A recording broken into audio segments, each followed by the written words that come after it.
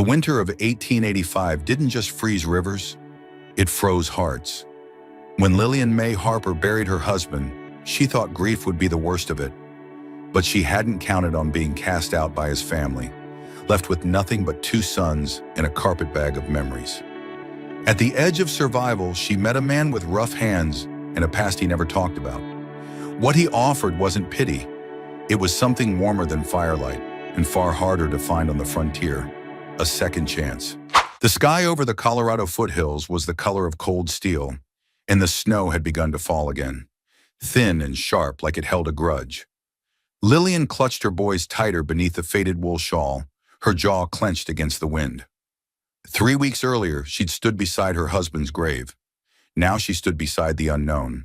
Her 2 sons, Henry, 8, and Elias, 6, pressed into her sides like barn swallows seeking shelter. The only warmth they had left came from each other and the threadbare quilt folded into her carpetbag. "Where are we going, Mama?" Elias whispered, his small fingers tugging at her skirt. "I don't know yet, baby," she answered, voice soft but sure. But not back. Never back. They had walked away from it all. Her husband Caleb's family, the house, the inheritance, even the family Bible. Her late husband's brother had claimed it all in the name of protection, but Lillian knew better. He'd always resented her for being too quiet, too poor, too plain. She had nowhere to go, and no one. Until hoofbeats broke the silence of the white world. A figure emerged through the haze of falling snow.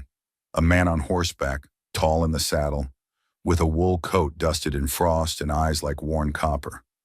He didn't look surprised to see them, just curious. "You headed somewhere?" he asked. Lillian tensed, shielding the boys behind her.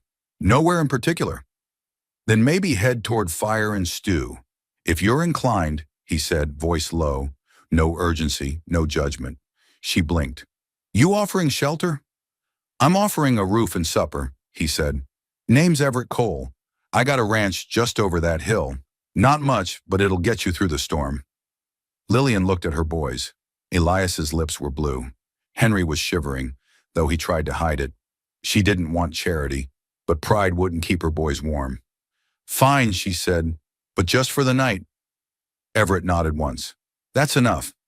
The ranch was modest, a log house with a stone hearth, a leaning barn, and a shed that looked ready to give up.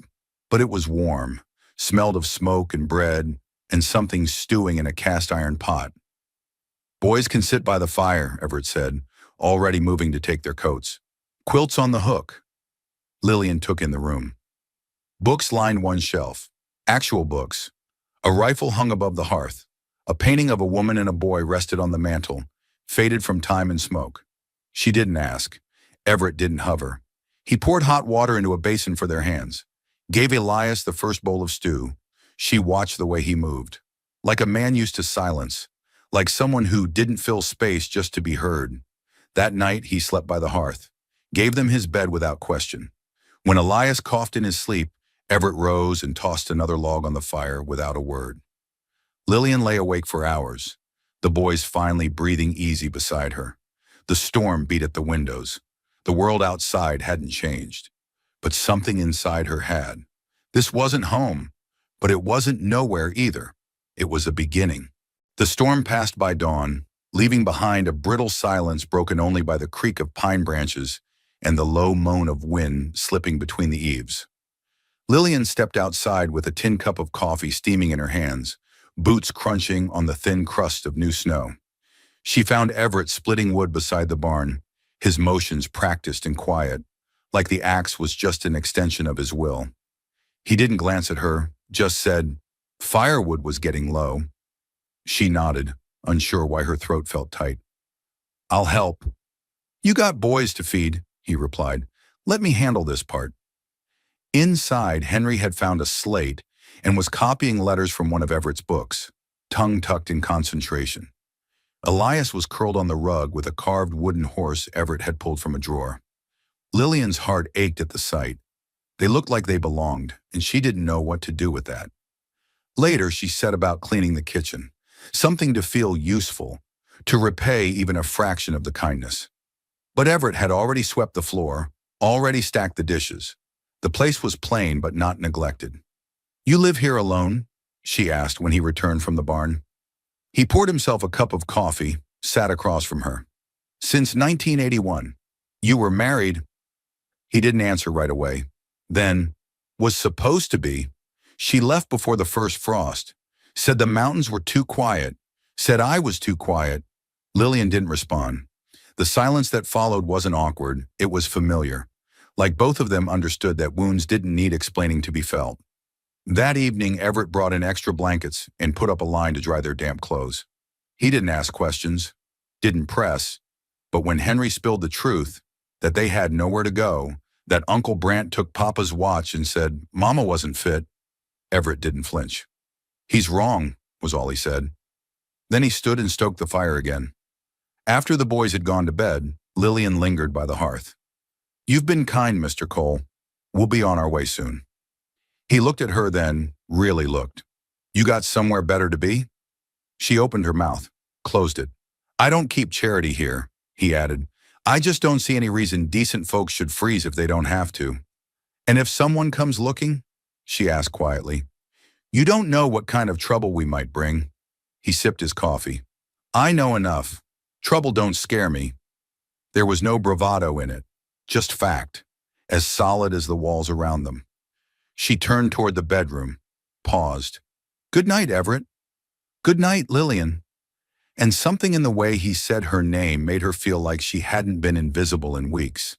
The next day, the snow had softened under a rising sun. Henry and Elias followed Everett out to feed the animals. Asking questions he answered patiently, one by one. Lillian stood at the kitchen window watching them, one hand pressed to her chest. She didn't know how long they'd be allowed to stay, but for the first time in a long time, she stopped counting the days. Because maybe, just maybe, the cold world outside had left one warm place untouched, and she'd found it. The rhythm of ranch life settled around them like a second skin.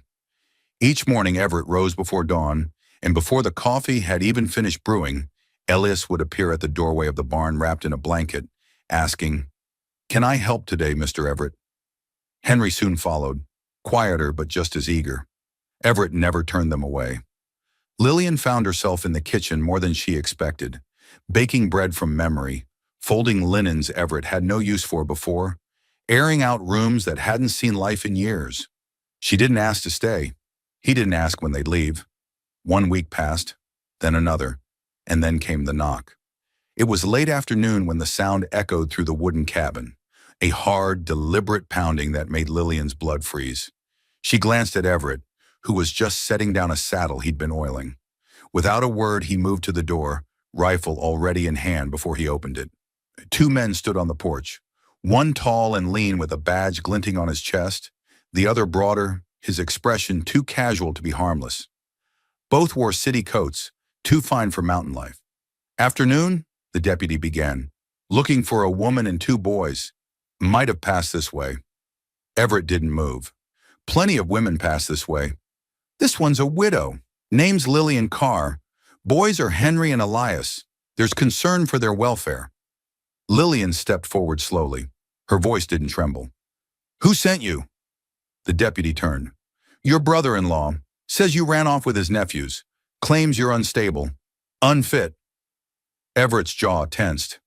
"She's not hiding. She's surviving." "That's so," the broader man smirked.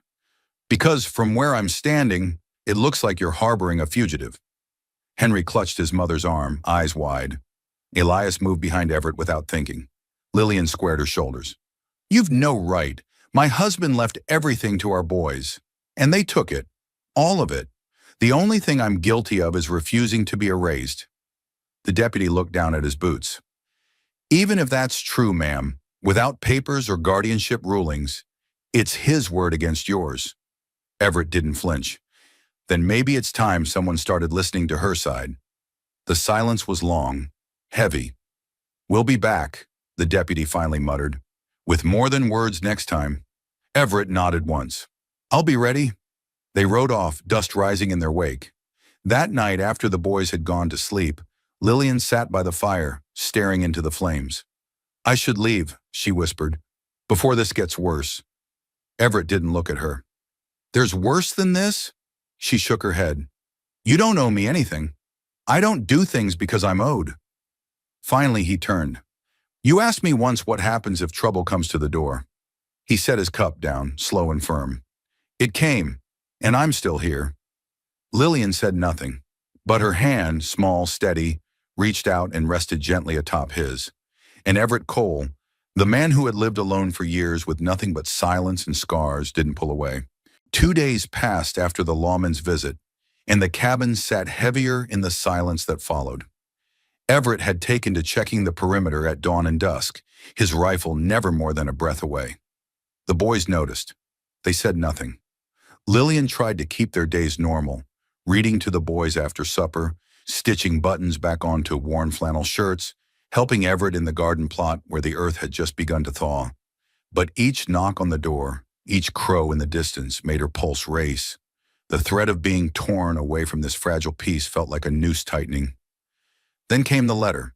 Everett found it tucked inside his saddlebag after a trip into town for supplies. Folded neat. No envelope. Just his name, printed carefully in ink that had already started to smudge from the damp. He handed it to Lillian without a word. Her fingers trembled as she opened it. The first line stopped her breath. To whom it may concern, this is to certify that Harold L. Carr has filed formal claim for guardianship over the minor children Elias and Henry Carr, on the grounds of maternal unfitness and abandonment. Her eyes scanned the rest. Legal threats, court dates, official stamps that all meant one thing. They were coming, not just to ask, but to take. She dropped the letter like it burned her skin. He's really doing it. He's going to take them. Everett read it once, then again, slower this time. It says hearing set for the 15th. That's a week. Lillian looked toward the boys playing cards on the rug with scraps of bark and buttons for betting chips. He'll twist it all, make me look broken. And the judge, he won't see how much they've grown, how they sleep through the night again, how Henry doesn't flinch every time someone raises their voice. You're not broken, Everett said firmly. She swallowed hard. You don't know what I've done, what I've survived. Then tell me. The words came like a flood. How Harold had manipulated the estate, used forged documents, threatened to separate her from her sons unless she gave up every claim to the family business. How he'd locked away her late husband's will and told neighbors she'd lost her mind with grief. How they'd hidden in train stations, slept in barns. How Elias had once begged her to stop crying so people wouldn't think they were bad people. When she finished it, she realized Everett hadn't moved, not a muscle. His face, carved from granite, betrayed no judgment. Then we fight, he said simply. We ride into that courtroom and we tell the truth. She shook her head. And if that's not enough? He reached into his coat and pulled out a yellow document, folded into fourths. My discharge papers, he said, signed by Major Beauregard himself. You know what they say? Honorably released for injuries sustained while defending non-combatants. I don't run from a fight, Lillian. Not when there's good in it. Not when there's someone worth standing for. She stared at him, stunned. Why are you doing this? He met her eyes. Because nobody stood for me when I needed it, and I swore I wouldn't let that happen to someone else if I had the chance.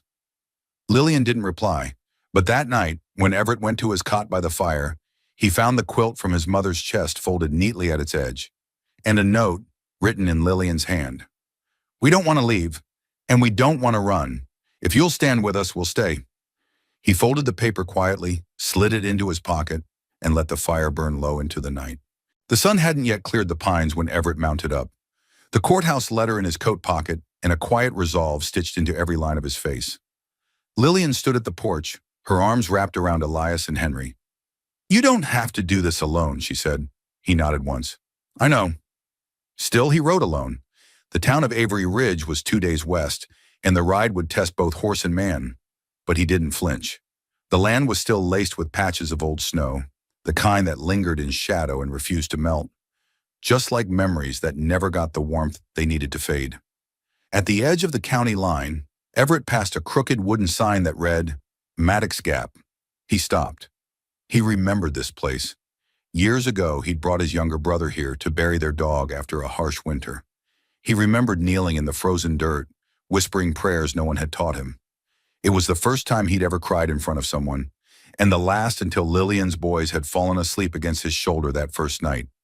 A sound behind him pulled him from memory. Hooves. He turned fast, but relaxed just as quick. It was Lillian. She was astride a borrowed mare, reins trembling in her hands. "You didn't think I'd let you face Harold Carr on your own, did you?" Everett dismounted, his brows low. "You shouldn't be out here. The boys are with Marta, the baker's wife. She begged to watch them, said it'd be an honor to help the woman who taught her son how to read." He smiled then. Just a flicker. "That's a first." "Not the last," she said, and passed him a cloth bundle. "I packed coffee, cold biscuits, and the deed to Michael's land. The real one, not Harold's version."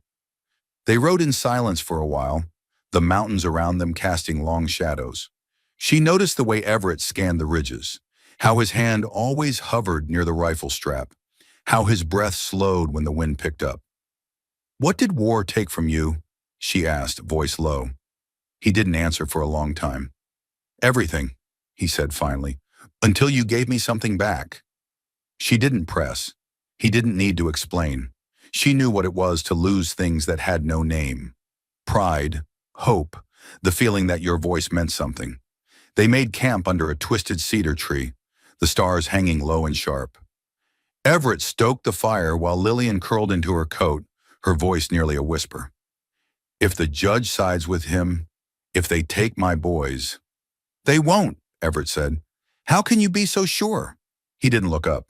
"Because I know what you've built with them, and I know what he's never had the heart to understand. A family isn't owned. It's earned." She looked at him then, not with fear, but with the fierce gaze of a woman who had already survived the worst. "You'd have made a good father," she said. Everett didn't answer, but he reached out, slow and deliberate, and laid a hand over hers, warm from the fire. She didn't pull away, and in that quiet, crackling dark, somewhere between brokenness and belief, they stopped being just survivors. They became something more. Judge Rowe removed his spectacles and stared down at the polished bench, as though it too were struggling to carry the weight of what had just unfolded. In the back of the dusty courtroom, Lillian sat with her hands tightly folded in her lap. Elias clung to her side, his eyes wide and fearful. Henry sat straighter than his 7 years, watching the judge like he might vanish if he blinked. Harold Carr hadn't even bothered to show. His lawyer, slick-haired and smug, had paced and postured and handed over papers dripping with falsified generosity. Offers of private schools, of civilized stability, of what he called a life free from rural hardship. Everett had stood up slowly. He hadn't spoken like a lawyer. He'd spoken like a man who'd carried 2 boys through a blizzard, who'd bandaged a skinned knee in the middle of fence work, who'd taught a child to sharpen a pencil and read the first line of A Midsummer Night's Dream. He'd said just one thing that made the whole room go still. "You can buy land, sir. You can buy cattle and carriages and velvet drapes for a nursery, but you can't buy what these boys have found in Lillian, a mother who never stopped fighting." And for a moment, even Judge Rowe had swallowed hard before adjusting his papers. Now silence reigned. Then the gavel struck wood. "The court finds that custody shall remain with Lillian Cole," he said, voice steady. "And furthermore, this court recognizes Everett Voss as guardian in support of that custody, with full shared responsibility as deemed by the family." Lillian didn't cry until they stepped outside. Not when the judge had spoken. Not when the lawyer packed up and fled like smoke and wind, but once the door swung shut and she felt the boy's arms around her, in Everett's hand, steady on her back, she let the tears fall. Spring on the ridge came slow that year. Snow melted in slow rivulets, feeding roots long starved of softness. The fence posts Everett had reinforced with Henry in early winter now stood surrounded by fresh shoots. Chickens pecked beside the porch, and Elias had fashioned a wind chime from old spoons and bent wire. It made music every time the wind passed through, odd, clinking, and somehow perfect. On the first warm Saturday, the 4 of them rode into Avery Ridge. The townsfolk watched as Lillian stepped into the general store with her sons trailing behind, now taller, surer, confident in their boots. She picked up fabric, sugar, and a tin of yellow paint. When Mrs. Hendricks asked why the paint, Lillian smiled. Everett built a new sign for the ranch. Thought I'd add something to it. Out by the hitching post, Everett was talking with the sheriff about boundary maps and spring floods. When he saw her approach, he tipped his hat, something he still did even now. "You need anything else?" he asked. "Just you," she said plainly. He blinked. Then he smiled, the kind of smile that stayed with a man. That summer, they didn't have a wedding in the traditional sense. There was no preacher, no pews, just a small gathering under the tree line, a check blanket spread on the grass, and two boys who had insisted on baking a lopsided cake themselves. Elias wore his brother's too-big vest. Henry had clipped wildflowers into his suspenders. Lillian wore a blue dress Everett had never seen, her hair swept up in a way that made him forget every word he meant to say. They didn't recite vows. They told stories. Stories of what it meant to find each other in the ash and ruin of what had been. Of what it meant to choose each other, on good days, on hard ones, when the roof leaked and when the wind sang through the hills like it was calling old ghosts home. Then Everett took her hand, slipped a band of silver onto her finger, and said softly, "You gave me more than a reason to stay. You gave me a reason to be." And Lillian, with tears she didn't bother to hide, replied, "You taught me how to stand without running, and how to fight without hate." The boys whooped, the chickens scattered, and the wind carried their laughter all the way down to the dry riverbed, where the first shoots of green had begun to break through the stone.